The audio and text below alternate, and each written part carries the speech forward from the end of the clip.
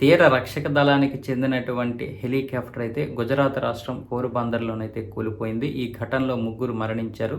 Coast guard air ఎన్‌క్లోవ్‌లోనైతే ఈ ఘటన జరిగింది.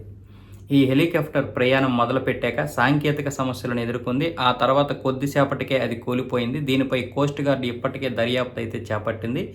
ఇప్పటికే ఏహెచ్ఎల్ హెలికాప్టర్‌లో కీలకమైన రక్షణ చర్యలకు హిందుస్థాన్ ఏరోనాటికల్ సంస్థ చర్యలు చేపట్టిన విషయం తెలిసిందే.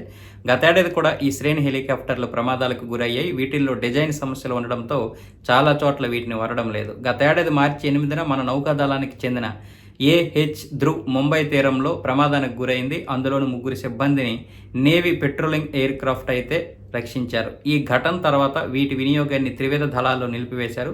కొన్నాళ్లకు సైన్యం వీటి సేవలను పునరుద్ధరించగా ఆ తర్వాత కొన్నాళ్లకి మరో హెలికాప్టర్ కూలిపోవడం గమనార్హం.